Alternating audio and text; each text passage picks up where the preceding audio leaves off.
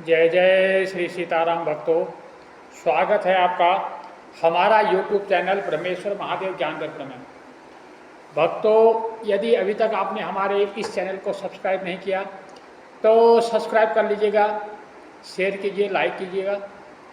हम अपने सनातन धर्म से जुड़ी हुई समस्त जानकारियाँ आपको तक पहुँचाते रहते हैं।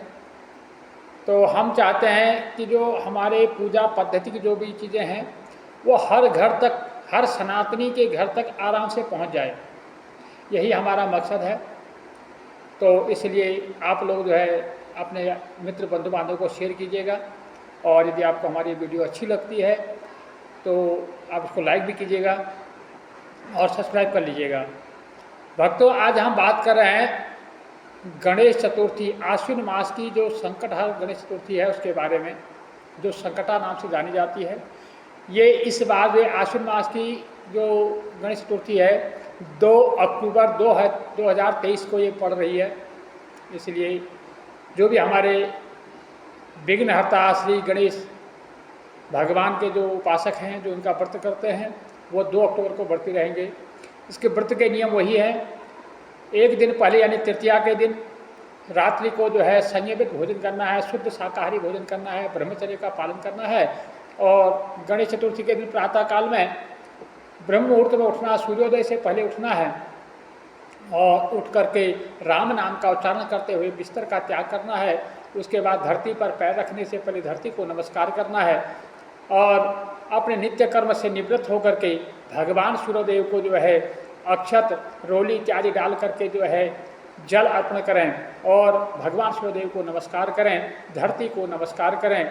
उसके बाद में अपने घर में जो बड़े बुजुर्ग हैं, माता पिता, सास ससुर इत्यादि जो भी बड़े बूढ़े हैं, सबसे पैर छू करके, पैरों में सिर रख करके नमस्कार करें और उनसे आज्ञा प्रदान करें, आज्ञा लें कि भाई हम आज भगवान श्री गणेश जी का व्रत कर रहे हैं, आप अपना आशीर्वाद हमें प्रदान करें।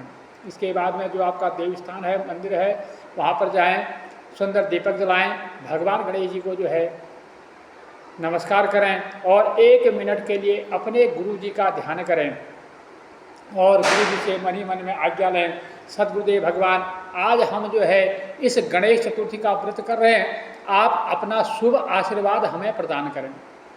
तो इस प्रकार से गुरु जी का आशीर्वाद लेकर के आप एक संकल्प लें, हाथ में कुछ अक्षत, जल, पुष्प और पैसा द्रव्य रख करके संकल्प लें कि भाई मैं आज इस तिथि को, और मैं अमुक गोत्र में उत्पन्न, अमुक नाम जो आपकी राशि है, मैं अमुक राशि, मैं इस कार्य के निमित्त, इस समय, इस देश में, इस काल, देश काल के हिसाब से, इस मास में, इस पक्ष में, इस बार को इस व्रत को कर रहा हूँ।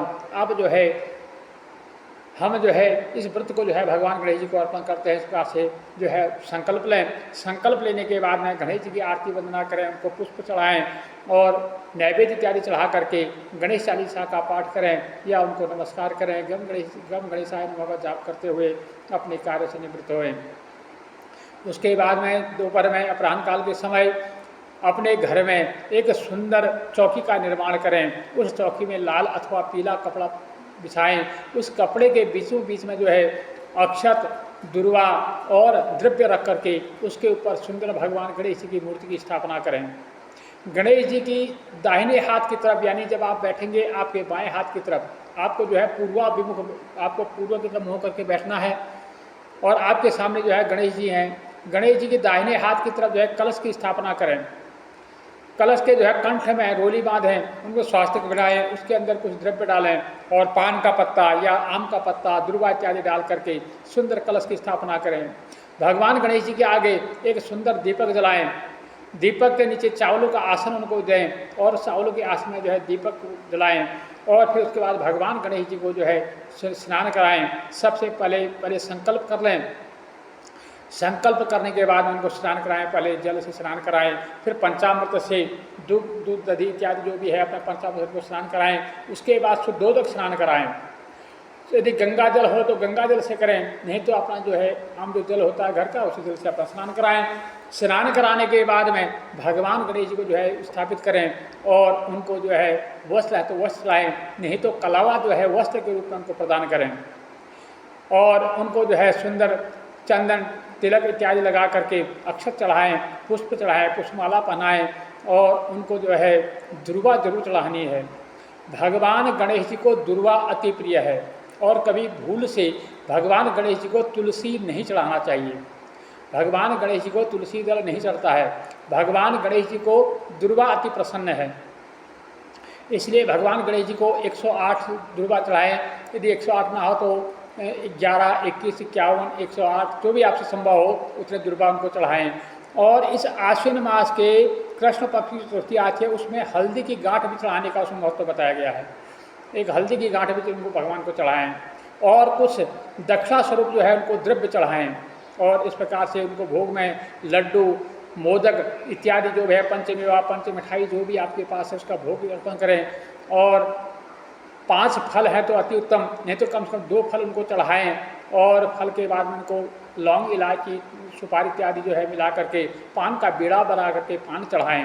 इस प्रकार से भगवान गणेश जी को नमस्कार करें और उनको नमस्कार करने के बाद आप जो है अपने लिए एक सुंदर आसन का निर्माण करें और जो भी श्रोता, जो कथा सुनने वाले श्रोतागण हैं उनके लिए आसन की व्यवस्था करें, उनके लिए सुंदर आसन बिछाएं, उस आसन में सबको बैठाएं और आप जो है अपने आसन में बैठ करके अपने आसन के आगे जो है एक शुद्ध पानी का लोटा रखें, उसमें जल भर करके एक पानी का जो है लोटा लेकर के उसमें जल भर कर रखें और जो भी कथा श्रोता है सबको इसी तरह से जो है अपने आगे एक लोटा जो है शुद्ध जल का लोटा आगे रखना है।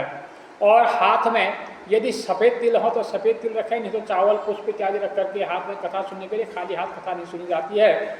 यदि सफ़ेद तिल हो तो अति उत्तम, यदि सफ़ेद तिल नहीं हो तो चावल और पुष्प हाथ में रखें, क्योंकि भगवान गणेश जी को जौ, तिल और दुर्वा अति प्रिय है, इसलिए इनको जो है ये जरूर चढ़ानी चाहिए। तो हाथ में सफ़ेद तिल लेकर के जो है अपना कथा सुनने के लिए बैठ जाएं और इस प्रकार से भगवान की जो है जय जयकार करते हुए अपना कथा श्रवण करें। बोलो गणपति महाराज की जय। जय जय श्री सद्गुरुदेव भगवान की जय। तो इस प्रकार से जो है ये जो आश्विन मास के गणेश जी की कथा है वो मैं आप लोगों को सुनाने जा रहा हूँ। तो एक बार की बात है, सूत जी महाराज कहते हैं महाराज युधिष्ठिर जी ने जो है भगवान श्री कृष्ण जी से पूछा था कि हमने सुना है आश्विन कृष्ण पक्ष की जो चतुर्थी है वो संकटा नाम से कहते हैं, तो हे भगवान इसकी पूजा कैसे करनी चाहिए, कृपा करके हमें बताइए, इसका सविस्तार से हमें बताइए, इसका क्या विधान है। तो भगवान श्री कृष्ण ने बोला, हे कुंती पुत्र मैं आपको जो है बात बताता हूँ। बहुत समय पहले यही प्रश्न जो है माता पार्वती ने अपने पुत्र गणेश जी से पूछा था कि इस क्वार के महीने में जो है आश्विन मास में जो है गणेश जी की पूजा कैसे की जाती है, तो उसका फल का विधान क्या है, ये सब जानने के लिए जो है माता पार्वती ने गणेश जी से पूछा था। तो भगवान गणेश जी जो विघ्न विनायक हैं, विघ्नों को हरने वाले हैं, सिद्धि विनायक जो गणेश जी हैं, और उन्होंने हंसते हुए अपनी माँ से कहा, हे माँ आप जो है सब कुछ जानती हो, फिर भी आप मेरा मान रखने के लिए ये सब पूछ रही हैं, तो इसलिए हे माते मैं आपकी प्रसन्नता के लिए मैं आपको कथा सुनाता हूँ। जो लोग सिद्धि की कामना रखते हैं ऐसे व्यक्ति को चाहिए कि आश्विन मास के कृष्ण पक्ष की चतुर्थी का व्रत रखें, जैसे विधि विधान बताया गया है उस विधि के हिसाब से भगवान गणेश का पूजन इत्यादि करके कथा सुनने के लिए बैठें और उस दिन मन में किसी प्रकार का क्रोध, घमंड, लोभ इत्यादि ना करें और अपना जो है गम गणेशाय नमः का जाप करते हुए सारा दिन भगवान गणेश जी का जो है ध्यान करते रहें। और आश्विन कृष्ण पक्ष चतुर्थी का व्रत जो है इसको संकटा नाम या संकट नाशक भी कहते हैं। तो इस दिन जो मनुष्य हल्दी और दूब यानी दुर्वा का जो हवन करते हैं वो जो है इस पृथ्वी का राजा राजतुल्य होता है, राजा जो इस पृथ्वी का जो है राज्य प्राप्त करता है। एक बार की बात है कि बाणासुर नाम का जो राक्षस था उसकी जो पुत्री थी उषा, उसने सुषुप्तावस्था में अनिरुद्ध का जो है स्वप्न देखा। उसने स्वप्न में देखा कि जो भगवान श्री कृष्ण के पौत्र हैं, प्रद्युम्न जी के पुत्र हैं अनिरुद्ध जी, तो उषा ने देखा कि स्वप्न में उस अनिरुद्ध के साथ उषा का जो है पाणी ग्रहण यानी कि विवाह हो रहा है। उसने ऐसा देखा तो प्रातःकाल उठते ही उसे जो है अनिरुद्ध की याद आने लगी और वो कामासक्त हो गई और वह चित्त से अशांत होकर के विचलित होने लगी। उसने तुरंत अपनी एक सहेली को बुलाया जिसका नाम था चित्रलेखा, क्योंकि ये सब राक्षस लोग थे, इनकी जो है राक्षसी माया थी। तो जो चित्रलेखा जो उनकी सहेली थी वो जो है जैसा भी संसार में वो स्मरण करती वैसा चित्र वो बना सकती थी। तो उषा ने उससे कहा कि हे सखी, मैंने रात्रि में जो है ऐसा ऐसा युवक देखा है, अनिरुद्ध उसका नाम है, उसके साथ जो है मेरा पाणी ग्रहण हो गया है। तो हे प्रिय, अब मैं उसके बिना जो है रह नहीं सकती, आप कोई ऐसा उपाय करो कि वो मुझे प्राप्त हो जाए, नहीं तो मैं अपने प्राणों की बलि दे दूंगी, मैं आपका हत्या कर लूँगी। जब ऐसा उषा के मुँह से सुना तो जो सखी चित्रलेखा थी वो कहने लगी कि ठीक है, आप चिंता मत करो, मैं जो है ऐसा करूँगी। उसने जो है एक एक करके सारे चित्र जो है बनाए और उसमें से उषा ने अनिरुद्ध को पहचान लिया। तो पहचानते ही उसने कह दिया कि यही है। तो वो अनिरुद्ध की खोज में चित्रलेखा वहाँ से चली गई। नगर नगर, गांव गांव, शहर शहर, लोग सब घूमे। अंत में जो द्वारकापुरी में पहुँची। द्वारकापुरी में जाकर के उसने अनिरुद्ध को सोए हुए देखा। अनिरुद्ध को सोता हुआ देख करके वह राक्षसी जो चित्रलेखा थी उसने अनिरुद्ध को चार पलंग के समेत, जिस पलंग पर वो लेटे हुए थे उस पलंग के समेत वो उठा करके उसको गोधूली बेला में बाणासुर की नगरी में पहुंच गई और उषा के सामने उसे ले जा करके और कहने लगी कि हे सखी, मैं आपके प्रियतम को ले आई हूँ। तो इस प्रकार से उनको ले आई। इधर जो है जो अनिरुद्ध के पिता यानी श्री कृष्ण भगवान के जो पुत्र थे प्रद्युम्न, उन्होंने अपने पुत्र को न देख करके वो प्रद्युम्न जो है अति व्याकुल हो गए। उन्होंने अपने पिता श्री कृष्ण जी से कहा। तो इस बात को सुन करके भगवान कृष्ण भी अति दुखी हुए और रुक्मिणी जी भी जो है खिन्न भाव से अति दुखी हुई। तो रुक्मिणी जी ने भगवान कृष्ण से कहा, देखो अब मुझे जो है मेरा पौत्र का जो है अपहरण हो गया है और मेरा पुत्र जो है बहुत व्याकुल है, मेरी ये सारी दशा देखी नहीं जा रही है, आप कुछ कीजिए, नहीं तो मैं तो जीते जी मर जाऊंगी। तो इस प्रकार से कहा। तो रुक्मिणी की बातें सुनकर के भगवान कृष्ण ने उन सबको धीरज बधाया और समझाया और तुरंत वहाँ से अपने यादवों की सभाएं पहुँचे और यादवों में सभा पहुँच करके वहाँ देखा कि वहाँ लोमस ऋषि पहुँचे हुए थे। उन्होंने लोमस ऋषि को नमस्कार किया और लोमस ऋषि को नमस्कार करके उनको सारा वृत्तांत कह डाला। तो लोमस ऋषि ने कहा से लोमस ऋषि भगवान ने कहा कि हे ऋषिवर, हमारे पौत्र यानी प्रद्युम्न के पुत्र को इस ऐसे में कौन ले जा सकता है, कहाँ उसको, वो स्वयं तो जा नहीं सकता क्योंकि पलंग समेत वो वहाँ से गायब हो गया है। तो इस प्रकार से जब कहा, न जाने इतना बुद्धिमान और शक्तिशाली हमारा पौत्र था, उसका अपहरण किसने कर लिया, कहाँ वो गया होगा, मैं कुछ नहीं जानता। और उसकी माता और उसकी जो दादी है महारानी रुक्मिणी जो है वो अति इस दुख से अति जो है दुखी हैं। कृष्ण जी की बातें सुन करके लोमस ऋषि ने कहा कि हे कृष्ण, आप सब कुछ जानते हैं फिर भी आप जो है माया कर रहे हैं, इसलिए सुनो मैं बताता हूँ। बाणासुर नाम की जो बाणासुर की जो नगरी है और बाणासुर नाम जो राक्षस है उसकी कन्या है उषा, और जो उषा की सहेली है चित्रलेखा, वो चित्रलेखा जो है आपके पौत्र अनिरुद्ध को हर करके ले गई है। उसने उसे बाणासुर के महल में छिपा करके रखा हुआ है। और यह बात जो है मुझे नारद जी ने बताई है। आप जो है तो बाणासुर से आप जो है उसको ऐसे छुड़ा नहीं सकते, क्योंकि बाणासुर को भगवान शिव का जो है आशीर्वाद प्राप्त है, उनको संरक्षण प्राप्त है। तो भगवान शिव का बहुत बड़ा प्रसन्न जो है भक्त है, तो शिव का उसको आशीर्वाद प्राप्त है। तो उससे जो है युद्ध में जितना ऐसे संभव नहीं है। आप ऐसा करो, आप सब लोग मिल करके आश्विन मास के कृष्ण पक्ष की जो चतुर्थी आएगी उसका अनुष्ठान करो, उसका व्रत करो। उसका व्रत करने से ही जो है आप अपने पौत्र को जो है वापस पा सकेंगे। तो ऐसा कहकर मुनिश्रेष्ठ जो वन को चले गए और कृष्ण भगवान जो है अपने राज्य में द्वारकापुरी में आए और उन्होंने सारा अपना परिवार जनों को उपदेश दिया। और इस प्रकार से श्री कृष्ण ने अपने परिवार समेत सबको मिल करके जो है ऋषि लोमस ऋषि के कथनानुसार उस व्रत को किया। तो इस व्रत को किया। हे देवी, इस व्रत के प्रभाव से उन्होंने जो है अपने शत्रु बाणासुर को पराजित कर दिया। भगवान गणेश जी अपनी माता को सुना रहे कथा कि हे देवी, इस प्रकार से इस व्रत के प्रभाव से उन्होंने जो है बाणासुर को पराजित किया।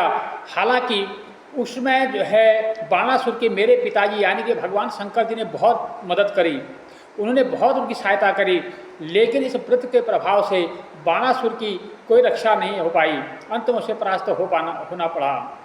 भगवान कृष्ण ने कुपित होकर के बाणासुर की सहस्त्र भुजाओं को काट डाला और इस सफलता का कारण इस व्रत का प्रभाव था, नहीं तो उनको शिव जी का वरदान प्राप्त था, वो जो है उसे जीता नहीं जा सकता था। तो इसलिए इस बार श्री गणेश जी को प्रसन्न करने तथा संपूर्ण विघ्नों का शमन करने के लिए जो भी व्यक्ति इस व्रत को करता है, इसके समान और कोई दूसरा व्रत नहीं है। विश्व भ्रमण, तीर्थ भ्रमण, सारे फल जो है इस व्रत के करने से प्राप्त हो जाते हैं। भगवान श्री कृष्ण कहते हैं, हे राजन, हे कुंती नंदन, संपूर्ण विपत्तियों के विनाशार्थ इस व्रत को मनुष्य को अवश्य करना चाहिए। इसके प्रभाव से शत्रुओं पर आप विजय प्राप्त करेंगे और आप जो है राज्य का अधिकारी होंगे, आपको राज्य प्राप्त होगा, इसमें कोई संशय नहीं है। इस व्रत के महात्म्य का वर्णन बड़े बड़े विद्वान भी नहीं कर सकते। हे कुंती नंदन, मैंने इसका स्वयं अनुभव किया है, मैंने खुद इसका व्रत करके भगवान शंकर जी से शिक्षा प्राप्त, सहायता प्राप्त बाणासुर को मैं जीत पाया, तो सिर्फ इस व्रत के प्रभाव से। इसलिए तुम्हें भी इस व्रत को करना चाहिए, इसमें कोई संशय नहीं है। जो ये मैं आपसे सत्य कहता हूँ, जो मनुष्य सिद्धि की प्राप्ति चाहता हो और जो मनुष्य अपने घर में सुख समृद्धि चाहता हो और राज्य वैभव चाहता हो और खोए हुए सम्मान को प्राप्त करना चाहता हो, उसे जो है इस व्रत को अवश्य करना चाहिए। हे महाराज युधिष्ठिर जी, मैंने जो है ये कथा जो है संक्षेप में आपको सुनाई है। जो भी मनुष्य इस कथा को पढ़ेगा अथवा सुनेगा या इसमें जो हुंकारे भरते हैं, जो कथा को सुनने में हुंकारे भरते हैं, उन सबको जो है इस गणेश चतुर्थी का जो है व्रत का आशीर्वाद प्राप्त होगा।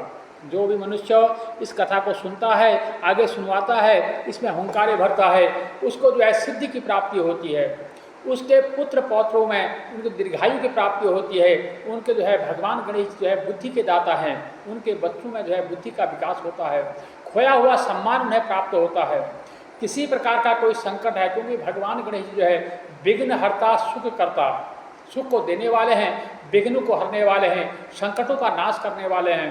तो इसलिए जो है भगवान गणेश जो प्रथम पूजनीय भगवान गणेश जी हैं, उनका ध्यान करना चाहिए, उनकी इस कथा को अवश्य सुनना चाहिए। जो मनुष्य व्रत करने में असमर्थ हैं, उन्हें भी इस कथा को कम से कम सुन लेना चाहिए। इस कथा को सुनने मात्र से ही उसके पाप जो है नष्ट हो जाते हैं। और जिसके बच्चों में दुर्बलता हो, जिनकी जो है बुद्धि जो है कम चलती हो, यानी मंद बुद्धि जो बालक होते हैं, और जिनके जो है बच्चों में किसी प्रकार का जन्म कुंडली में कोई दोष होता है, उन्हें जो है इस गणेश चतुर्थी का व्रत को करना चाहिए। और इसको करने से उन्हें जो है उनके बच्चों में सद्बुद्धि का विकास होता है, उनके पुत्र जो है आज्ञाकारी होते हैं, संस्कारी होते हैं, आज्ञाकारी होते हैं, इसमें कोई संशय नहीं है। और इसलिए मेरा सभी से अनुरोध विनय है, जो भी भक्तगण इस कथा को सुने, भगवान गणेश जी रिद्धि सिद्धि और अपने पुत्र शुभ लाभ के साथ उनके घर में निवास करें, उनको अपना शुभ आशीर्वाद प्रदान करें। जो इस कथा को सुनेगा, जो इस कथा को आगे सुनाएगा, उसको जो है अनंत कोटि फल प्राप्त होगा, उसको जो है भगवान गणेश जी का वरद हस्त प्राप्त होगा, उसको सिद्धि की प्राप्ति होगी। इस प्रकार से कथा श्रवण करनी चाहिए। और कथा श्रवण करने के बाद जो हाथ में जो आपने तिल रखे थे, उन तिलों का 2 भाग करना है। तिल या चावल जो भी रखे हैं, उनको 2 भाग करना है। उन 2 भागों को एक भाग जो है आपने जो आगे पानी का लोटा रखा है, उस लोटे में डाल देना है, और एक भाग को जो है कहीं किसी दोने पत्ते में या कहीं किसी चीज़ में उसको संभाल कर रख लें। आधे जो तिल हैं उनको संभाल कर रख लें, और जो आधे तिल हैं उस पानी के लोटे में डाल दें। जो सामने पानी का लोटा है उसमें जो तिल डाले हैं, उससे जो है भगवान सूर्य को अर्घ्य दे दें। और जो तिल रखे हुए हैं वो सायंकाल को चंद्र का जो चंद्रमा का अर्घ्य होता है उसमें वो डालने होते हैं। तो जब इस प्रकार से कथा श्रवण करके भगवान की जय जयकार करें, आरती करें। आरती करने के बाद में सायंकाल में शाम के समय जब चंद्रोदय होता है, अपने नगर अपने गांव के हिसाब से देख लीजिएगा, तो जब चंद्रमा का उदय होता है, उस चंद्रोदय के समय में, उससे जब प्रदोष काल में, उससे पहले जो है घर में अपनी पूजा करें, भगवान गणेश जी का पूजन करें, गणेश चालीसा का पाठ करें, गम गणेशाय का जाप करें, आरती करें और उनको भोग लगाएं। उनको जो है तिल के लड्डू हैं, मोदक हैं और इत्यादि जो भी आप सामग्री उनको दे सकते हैं, पंचमेवा, पंच मिठाई, खीर, नैवेद्य, पुए इत्यादि जो आप बना करके खिला सकते हैं, जो आपकी श्रद्धा है। षोडश भोजन, षटरस भोजन, 56 भोजन, जो आप जितना आप इकट्ठा कर सकते हैं उतना भोजन आप उनको कराइए। क्योंकि गणेश जी को वैसे एक लंबोदर भी कहा जाता है।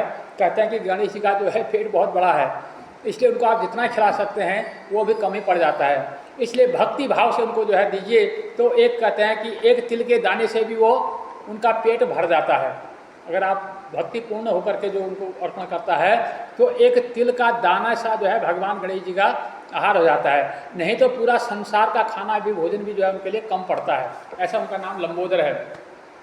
इसलिए भगवान गणेश जी को जो है श्रद्धापूर्वक, विनयपूर्वक उनको भोग लगाइए, आरती कीजिए। जब चंद्रोदय होने पर जो है एक लोटे में शुद्ध जल लीजिए, उसमें थोड़ा दूध डाल लीजिए, थोड़ा गुड़ डाल लीजिए और जो दोपहर के जो तिल रखे हुए हैं, तिल या चावल जो भी रखे हैं, वो उसमें डाल लीजिए। थोड़ा पुष्प डाल करके चंद्रमा का जो है अर्घ्य देना है।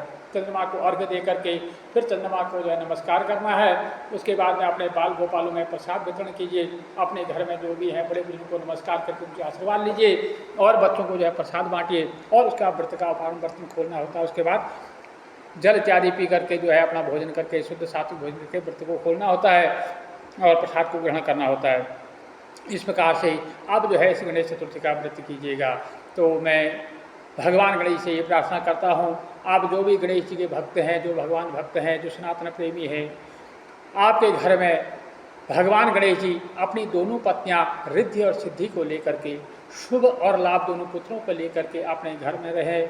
आपको जो है अपना शुभ आशीर्वाद दें। आपके बाल गोपालों की जो है सद्बुद्धि आवे। आपके पुत्र जो है आपके आज्ञाकारी होए। आपके घर पुत्र जो है संस्कारी बने, आज्ञाकारी बने और आप जो है आपके जो पति हैं वो दीर्घायु को प्राप्त हुए, आप जो है लंबी आयु को प्राप्त हुए। इस प्रकार से जो है आपके घर में सुख समृद्धि होए। आप इस कथा को सुनिए, आगे भी सुनाइए, इसको आगे शेयर कर दीजिएगा अपने मित्र बंधु बांधवों को। जो भी इस कथा को सुनेगा या किसी को सुनवाएगा उसको जो है अनंत कोटि का फल प्राप्त होता है। इस कथा को सुनाने का बहुत बड़ा महत्व है। इसलिए अब जो है इन कथाओं को सुनिए और सुनाइए और आगे भेजते रहिएगा। तो इस प्रकार से मैं आप सबको फिर एक बार पुनः ये आशीर्वाद दूंगा कि आपके घर में सुख समृद्धि हो, खुशहाल रहो, सुख से रहो और आरोग्य काया बनी रहे। जय जय श्री सीताराम।